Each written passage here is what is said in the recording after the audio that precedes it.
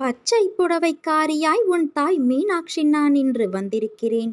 என் குழந்தையான உன்னுடைய பிரச்சனையை இன்று எப்படியாவது தீர்த்து வைக்க வேண்டும் என்பதற்காக மிகவும் சக்தி வாய்ந்த உத்தரகோஷ மங்கை வராகியாக நான் எழுந்தருளி உன்னை தேடி வந்திருக்கிறேன். என் உயிரான பிள்ளைக்கு வாழ்க்கையின் வேகம் புரியவில்லை. தண்ணீர் எப்படி கீழே சிந்தினால் காய்கிறதோ அந்த அளவு சீக்கிரமாக நகர்வதுதான் வாழ்க்கை. எல்லோருக்கும் நல்ல நேரம் வாழ்க்கையில் வேகமாக வருகிறது. எனக்கு மட்டும் ஏன் கஷ்டங்கள் என ஆதங்கப்படுகிறாயா? உன் வாழ்க்கையில் உனக்கான சரியான நேரத்தில் நடைபெறும். மற்றவர் வாழ்க்கையோடு உன்னை நீ ஒப்பிடாதே. அவர்களின் வாழ்க்கை சாயல் வேறு, உன் வாழ்க்கையின் சாயல் வேறு. இரண்டையும் படைத்தவள் நான். அதற்கான தேவைகள் எல்லாம் நேரம் வரும்போது நிச்சயம் உன்னை வந்து சேரும். எதற்காகவும் நீ கலங்காதே குழந்தையே. உன்னையும் உன் குடும்பத்தையும் மீண்டும் நான் வேரூன்றி நிற்க செய்வேன். அந்த வேரானது பூமியிலிருந்து மேலோங்கி வளரும் தன்மை கொண்டது. உன்னை மாற்ற வேண்டும் என்ற என் விருப்பத்தினால்தான் இந்த நிகழ்வுகள் எல்லாம் உன்னை எட்டி பார்க்கிறது. உன்னிடம் நிறைக்குறை என்பதை சூழ்நிலைகளில்தான் உன்னால் உணர முடியும். அதை புரிய வைக்கத்தான் இந்த நிகழ்வுகளை எல்லாம் நான் நடத்தி வைக்கின்றேன். நீ என் பொறுப்பு. நிச்சயம் நீ ஜெயமாக வாழ்வாய். ஏனென்றால் என் அன்பும் ஆசிர்வாதமும் எப்போதும் என் குழந்தையான உனக்கு உண்டு. என் குழந்தையே, பிரச்சனைகள் வரும்போது துவண்டு போகாதே. தைரியமாக சந்தித்து உன் வேலையை நம்பிக்கையோடு நீ செய். பிரச்சனைகளை பார்த்து நீ பயந்து ஓடினால் அது உன்னை இன்னும் வேகமாக துரத்தும். அவரவருடைய பலவீனத்தை தெரிந்து கொண்டு ஏமாற்றுபவர்கள் இந்த உலகில் இருக்கத்தான் செய்கிறார்கள். அதற்கெல்லாம் நீ அஞ்சாதே. அதே போல தேவையில்லாமல் உன்னை சுற்றியுள்ளவர் எல்லோர் மீதும் சந்தேகப்படாதே. நம்பிக்கையோடும் நேர்மையாகவும் உண்மையாகவும் வாழ்பவர்களுக்கு தீங்கு விளைவிக்கும் எண்ணத்தோடு இருப்பவர்கள் தானாகவே அவர்கள் வாழ்விலிருந்து விலகும்படி அவர்களின் தீய செயல்களை அதை செய்துவிடும். அதனால் நீ அமைதியாக இரு. ஒன்றை புரிந்து கொள். சூழ்நிலைக்கு ஏற்ப அனுசரித்து போக வேண்டும். எப்போதும் எதிர்கொள்ள வேண்டும் என்பதை தெரிந்து வைத்துக்கொள்.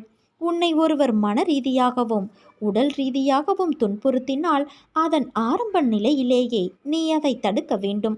இல்லாவிட்டால் பேரிழப்பிற்கு அதுவே வழிவகுக்கும். கவலை கொள்ளாதே குழந்தையே. இந்நிலை கூடிய விரைவில் மாறும். நீ ஜெயமாக நல்ல ஆரோக்கியத்தோடு எல்லா செல்வ வளங்களையும் பெற்று சீரும் சிறப்புமாய் வாழப்போகிறாய். தைரியமாகவும் நம்பிக்கையோடும் நீ செயல்படு. இந்த வயதில் உழைக்காமல் வேறு எந்த வயதில் உழைக்கப் போகிறாய்? சோர்வு, தோல்வி இவை அனைத்தையும் தூக்கி எறி. அதனால் வார்த்தையை பேசும்போது ஒவ்வொரு வார்த்தையையும் யோசித்து பேசு. உன்னை கோபப்படுத்தும் சூழ்நிலை வந்தாலும் அமைதியாக இரு. கோபத்தில் பொறுமையையும் நிதானத்தையும் இழக்காதே. அமைதியாக செல்வது என்பது தோற்பது என்று கருதாதே. தோற்பது முக்கியமல்ல, இறுதியில் யார் நிறைவடைகிறார்கள் என்பதுதான் முக்கியம். உனக்கு பிடிக்காத விஷயங்கள் நடந்தால் அந்த ஒரு நிமிடம் என் நாமத்தை நீ உச்சரி. என்னை உன் நினைவில் கொண்டு வா. மற்றதை உன் அன்னையான நான் பார்த்து கொள்கிறேன். நீ உன்னில் பார்க்கும் அனைத்துமாய் அகிலத்தின் ரூபமாய் உனக்கு நான் இருப்பேன். என்னை சர்வ சாதாரணமாக நினைத்து விடாதே. உன்னோடு நான் இருப்பதை உணர்ந்து கொள்ளும் நேரம் வரும். அனைத்தும் அறிந்தவள் நான். நீயாக என்னை தேடி வரவில்லை குழந்தையே. வரவும் முடியாது. நான் தான் உன்னை என்னிடம் வரவழைத்தேன். மற்றவர்கள் மத்தியில் நீயும் பெரும் செல்வந்தராக வாழப்போகிறாய். இந்த உலகில் சிலர் எப்பொழுதும் மற்றவர்களை காயப்படுத்துவதையே வேலையாக கொண்டு இருப்பார்கள். அதைத்தான் அவர்கள் உனக்கும் இழைக்கிறார்கள். அந்த சொற்களுக்காக நீ வருந்தாதே. மன தைரியத்தோடு நீ உன் கடமைகளை செய். உன்னுடைய ஆற்றலை தேவையற்ற இவர்களிடம் நீ ஏன் வீணாக்குகிறாய்? இதுவரை உன் மனதில் இருந்த வலி, துக்கம், தோல்விகளால் மனம் வெறுத்து போய் பரிதவித்தது எல்லாம் முடிவுறும். உன் உழைப்பிற்கு ஏற்ற பலன் கிடைக்கும். நிம்மதியும் சந்தோஷமும் அழகாய் பூத்து குலுங்கும் வண்ண மலர்களைப் போல இனி உன் வாழ்க்கையில் என்றும் வசந்தமே. உன்னை ஏளனமாக பார்த்து நகைத்தவர்கள் முன்னால் நீ கொடியாய் உயர்ந்து நிற்பாய். அந்த காலம் வெகு தூரத்தில் இல்லை. இந்த உலகத்தில் எது மாறினாலும் நகர்ந்தாலும் உன் அன்னையான நான் உன்னை விட்டு ஒருபோதும் விலக மாட்டேன். உன்னில் எப்போதும் நான் இருப்பேன் குழந்தையே. நீ நிச்சயம் தடைகளை தகர்த்து வெற்றியடைவாய். நான் அடைய வைப்பேன். உன் பிரச்சனைக்காக உன் வீட்டாரை சிதைப்பது எந்த விதத்திலும் நியாயமில்லை. அதனால் வீட்டில் நீ அன்பை தவிர, சிரிப்பதை தவிர வேறு எதையும் காட்டாதே. இழப்பிலிருந்து படிப்பை கற்றுக்கொள். உன் அஜாக்கிரதை, வெகுளித்தனம் உன்னை பிறர் ஏமாற்ற வழி செய்து இருக்கிறது. ஆனால் இனி அப்படி நடக்காது. எழுந்து கால் ஊன்றி நில். உன்னால் முடியும். நிச்சயமாக அந்த சர்க்கிளிலிருந்து நீ மீண்டு சாதிக்கப் போகிறாய். உன்னை இழந்தவர்களும், கைவிட்டவர்களும், கடன் கொடுத்து சுரண்டியவர்களும், கதவை சார்த்தி கொண்டு போனவர்களும் உன்னை பார்த்து பிரமிக்கப் போகிறார்கள். மீண்டும் வந்து உன்னிடம் ஒட்டிக்கொள்ளலாம் என நினைக்கப் போகிறார்கள். உனக்கு எல்லா சூழ்நிலைகளிலும் நான் துணை நிற்பேன் என் தங்கமே. நான் உன்னை விட்டு விலகவும் மாட்டேன், கைவிடவும் மாட்டேன். என் வார்த்தைகள் மீது நம்பிக்கை வைத்து செயல்படு. நிச்சயம் உனக்கு நல்லதே நடக்கும். நீ என் பரிபூரண அருளும் அன்பும் பெற்ற என் செல்ல குழந்தை. என் தங்கமே, நான் உன்னோடு இருக்கும்போது உன் கவலைகளை என் பாதத்தில் நீ சமர்ப்பித்த பின்னர் கவலை எதற்கு? என் மகிமைகளைக் கண்டும் ஏன் இந்த ஏக்கம் உனக்கு? உன் அன்னையும் நானே, உன் பிதாவும் நானே. உன்னை படைத்ததும் நானே, உன்னை சோதிப்பதும் நானே. உன் சோதனை காலம் முடிந்த பிறகு நீ யார் என்பதை நீ அறிந்து கொள்வதற்கு நான் தரும் சோதனைகள்தான் இப்போது நீ படும் வேதனைகள். நம்பிக்கையோடும் பொறுமையோடும் இரு. அதற்கான பலன்கள் விரைவில் உன்னை வந்து சேரும். உன் பிரச்சனைகளை தீர்த்து உன்னை மகிழ்ச்சி வெள்ளத்தில் நான் மூழ்கடிக்கின்றேன். அதுவரை என் நாமத்தை ஜபித்து உன் கருமாக்களை என் துணையோடு கழித்து வா. பிரச்சனைகளை எதிர்கொண்டு போராடத் தயாராகிறவன் பாக்கியவான்.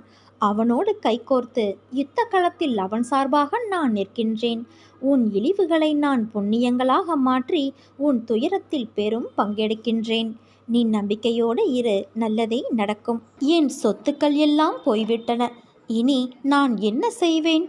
அடுத்து ஏதாவது வியாபாரம் செய்ய வேண்டுமென்றால் முதலீடு தேவைப்படும். எதை வைத்து முதலீடு செய்ய என்று கலங்குகிறாய்? யாரிடமும் இல்லாத மிகப்பெரிய சொத்து உன்னிடம் இருக்கிறது.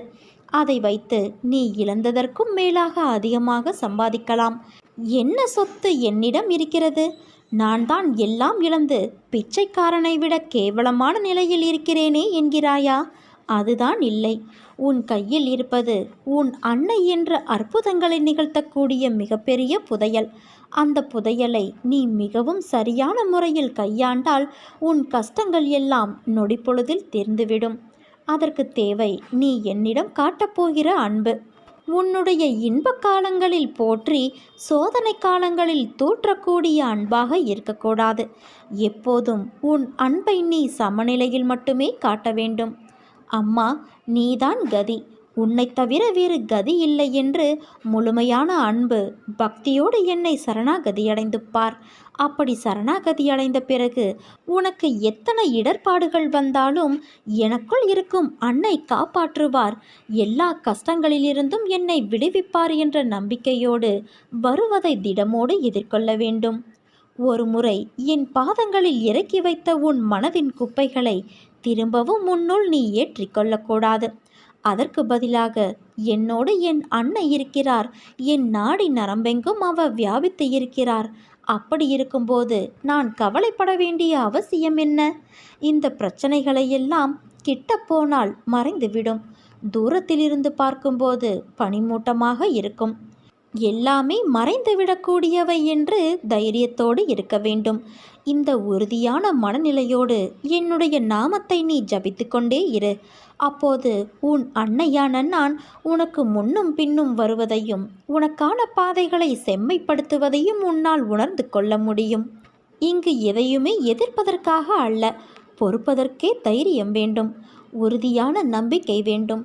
இன்று கிடைக்காவிட்டால் நாளை கிடைக்கும் என்று எதிர்பார்த்து இரு. நாளையும் கிடைக்காவிட்டால் மறுநாள் கிடைக்கும் என எதிர்பார். உன் எதிர்பார்ப்பை தாண்டினாலும் கிடைக்காத போது ஒரு நாள் கிடைக்கும் என்று இரு.